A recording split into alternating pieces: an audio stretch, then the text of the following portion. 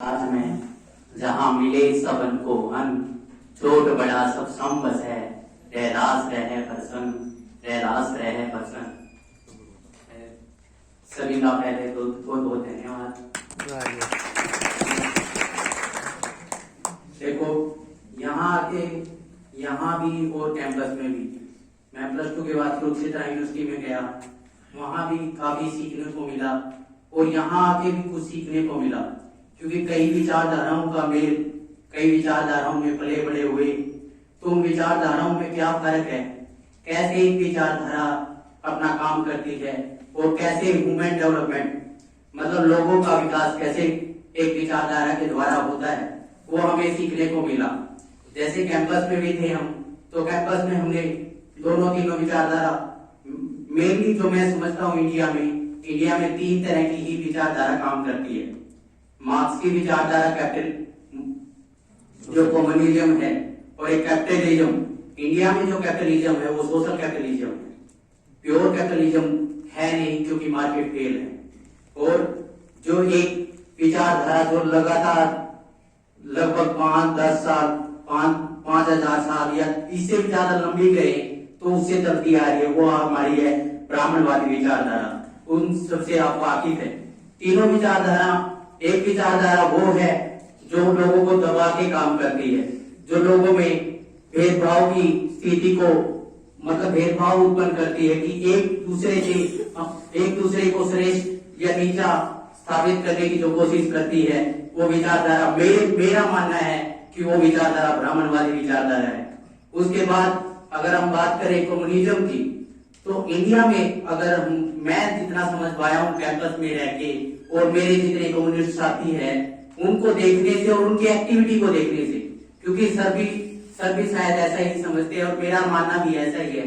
जो कम्युनिस्ट है, इंडिया के कम्युनिस्ट, देखो बाहर का मेरे को पता नहीं है कि कम्युनिज्म कैसे काम करता होगा, लेकिन इंडिया के कम्युनिज्म की मैंने बात की है कि वो लोग गरीबों की बात जरूर करते हैं।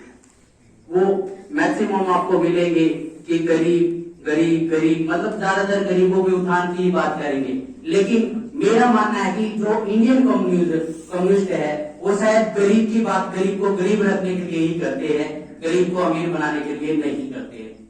क्योंकि अगर इंडिया का जो कम्युनिज्म टिका हुआ है वो सारा का सारा इस बात पे टिका हुआ है कि गरीबी बनी रहे।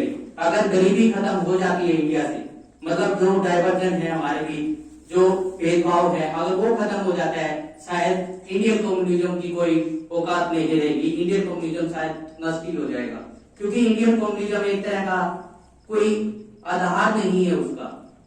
और उसके बाद कैपिटलिज्म की बात आती है, मेरा मानना है कि शायद हाँ कैपिटलिज्म भी एक सोशल कैपिटलिज्म, देखो प्योर कैपिटलिज्म शायद इंडिया में अगर हम अभी लेके आते हैं तो बहुत ज्यादा नुकसान, मतलब कॉस्ट बेनिफिट एनालिसिस अगर हम करें तो शायद हमारा कॉस्ट ज्यादा है कि बेनिफिट नहीं होगा।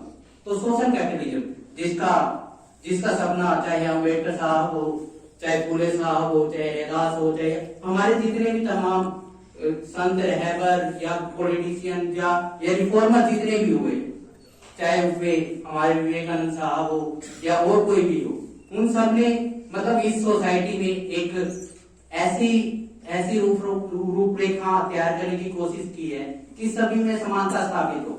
क्योंकि अगर समानता नहीं होगी, समानता से मेरा तात्पर्य यही है कि जो जितना करता है उसको उतना मिल जाए, मतलब किसी का हम हक ना छीने और किसी को नीचा या किसी को ऊंचा ना समझे, सबको अपने कर्म के हिसाब से मिले, वही समानता है। तो जरूरी है कि हम लोग यहाँ से निकल के जाएं तो हम ऐसे समाज की स्थापना करें जिसमें समानता हो, जिसमें कोई भी भेदभाव ना हो, और वो हमारी मानसिकता में होना चाहिए। अगर हमारी मानसिकता में भेदभाव है तो वो भेदभाव खत्म नहीं हो पाएगा।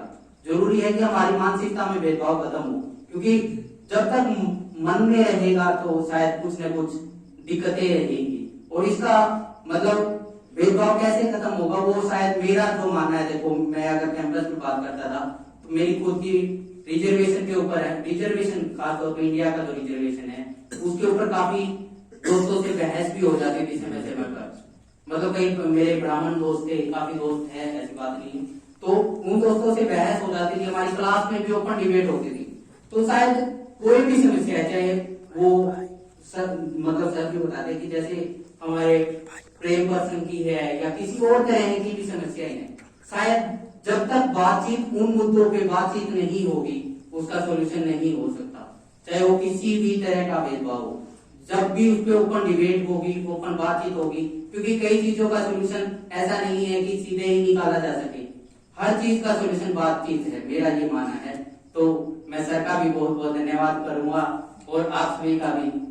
इस पे मैं एक ही बात कहूंगा कि बेहतर से बेहतर की तलाश करो, बेहतर से बेहतर की तलाश करो, मिल जाए नदी तो समंदर की तलाश करो।